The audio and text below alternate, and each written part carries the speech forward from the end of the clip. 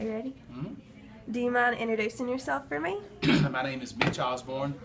I'm an occupational therapist, a registered therapist. I graduated from UAB in 1988, so I've been practicing a little over 26 years. I've worked in multiple settings: acute care, inpatient rehab, skilled nursing facilities, outpatient therapy, and I really enjoy my job. How long have you been working at Gadsden Health and Rehab? I've been here somewhere close to 13 years. I came here in May, but I don't remember the year, but this place has been open for 13 years, and I got here in May before it started in August. Why did you choose to become an occupational therapist?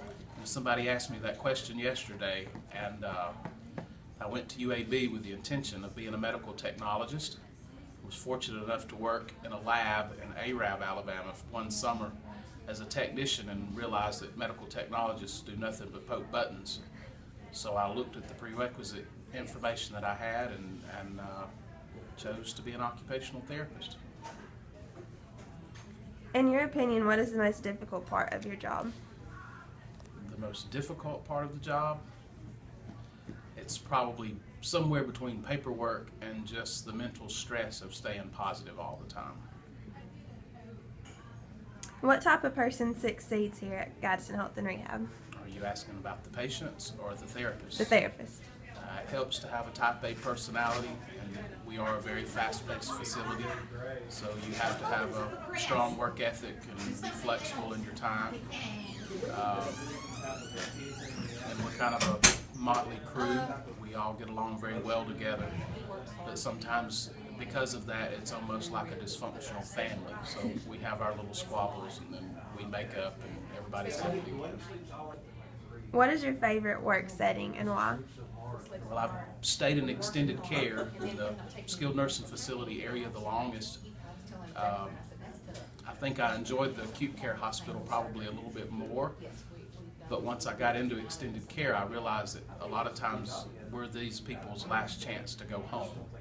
If you're 30 years old and you tear a rotator cuff, you're going to get well because you have to go back to work, and you have to raise your children, and you have to go shop, and you have to golf. But in this setting, a lot of times if we can't improve their function, then they end up in a nursing home. And I feel like that's probably the most important place to be. As a future occupational therapist, what skills should I possess that are important in this field? Once again, flexibility. Healthcare is not making widgets. If you make widgets and you have a bad day, then somebody gets a bad widget at Walmart and they take it back and they replace the widget. If you're a therapist and you have a bad day, then you can really mess up somebody's life. So, you have to be conscientious. And last one, what is one tip you could give me to help improve myself in this field of occupational therapy? I tell all of the students that I see when we're doing discharge interviews or filling out their final paperwork to allow them to finish their clinical rotation here, that they'll learn nothing in OT school. They'll learn about a lot of diagnosis, and they'll learn to look for things. But when you get out of school, you have to invest in some good continuing education programs. Some of them can be quite pricey, but you have to go to a good shoulder course, and you have to go to a good rehab neuro course, NDT, BOBAth, something, to learn how to treat stroke patients, or you won't be successful. Thank you.